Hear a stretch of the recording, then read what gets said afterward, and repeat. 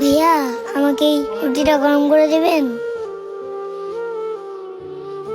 শুধু রুটি? তোমার কাছে তরকারি থাকলে সেটাও দাও, আমি গরম করে দেই। তরকারি নেই ভাইয়া, আমার কাছে পেঁয়াজ আছে। আমাকে এই রুটিটা গরম করে দেন, আমি পেঁয়াজ দিয়েই খাইতে পারবো। কি? পেঁয়াজ দিয়ে? শুধু পেঁয়াজ দিয়ে তুমি কিভাবে খাইবা? ভাইয়া আমার কাছে তো তরকারি কেনার টাকা নাই। সমস্যা নাই ভাইয়া, আপনি আমাকে রুটিটা গরম করে দেন, আমি এই পিসটা দিয়েই খাইতে পারবো। আচ্ছা, তুমি ভিতরে বসো, আমি তোমাকে রুটি গরম করে দিচ্ছি। আচ্ছা ভাইয়া ঠিক আছে।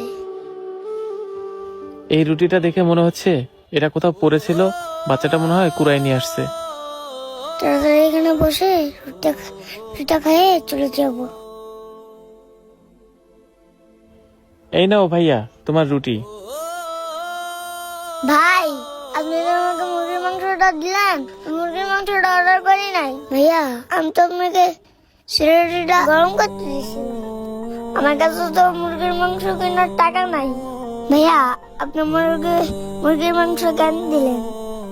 ভাইয়া খালি পেঁয়াজ দিয়ে তুমি রুটি কেমনে খাইবা? এর থেকে ভালো তুমি মুরগির মাংস দিয়ে রুটিগুলো খেয়ে নাও। ভাইয়া আমি তো আপনাকে আগেই বলছি আমার কাছে টাকা নাই। ভাইয়া আমি তো তোমার কাছ থেকে টাকা চাই নাই, তুমি এটা আমার পক্ষ থেকে খেয়ে নাও। আরে সোহাগ এটা কি করতেছে? ওই বাচ্চাটাকে পিড়িতে মুরগির মাংস আর পরোটা খাওয়াইতেছে। দাঁড়া তোরে মজাটা দেখাইতেছি। ভাইয়া আপনাকে অনেক ধন্যবাদ। ভাইয়া ধন্যবাদ দিতে হবে না, তুমি এখন রুটিটা খাও। কতদিন যে মুরগির মাংস খাই নাই, আজকে রুটি দিয়ে পেট ভরে খাবো। মুরগির মাংস আর রুটি খেতে কত মজা। রুটি আর মুরগির মাংস খেয়ে আজকে আমার অনেক ভালো লাগলো।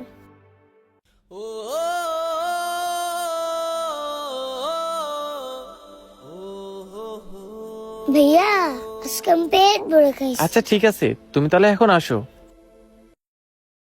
এই সোহাগ এইদিকে আয়। জি মহাজন। এইসব কি?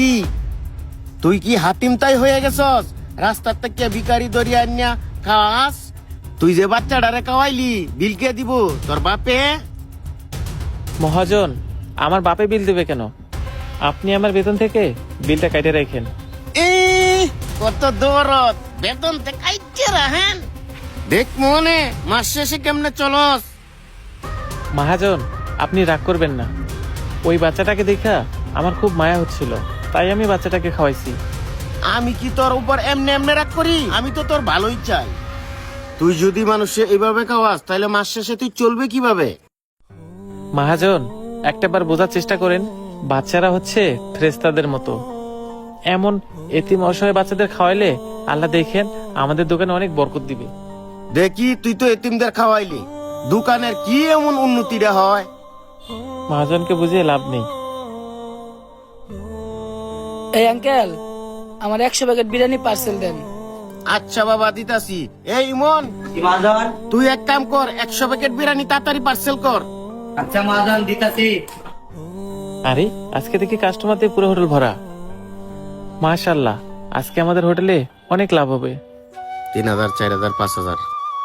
মাশাআল্লাহ মহাজন, আজকে দেখি কাস্টমার দিয়ে পুরো হোটেল ভরা। হ্যাঁ সোহাগ, আমার দোকানে এত কাস্টমার, সবকিছু সম্ভব হয়েছে তোর জন্য। আমার জন্য মানে? মহাজন আমি তো কিছু বুঝলাম না। তুই যে বাচ্চাটারে খাওয়াইছিলে এটা কে জানি ভিডিও করে ফেসবুকে ছাড়িয়ে দিছে। ভিডিওটা তো পুরাটাই ভাইরাল হয়ে গেছে। এই ভিডিওটা ভাইরাল হওয়ার পর থেকে আমার দোকানে কাস্টমার আর কাস্টমার।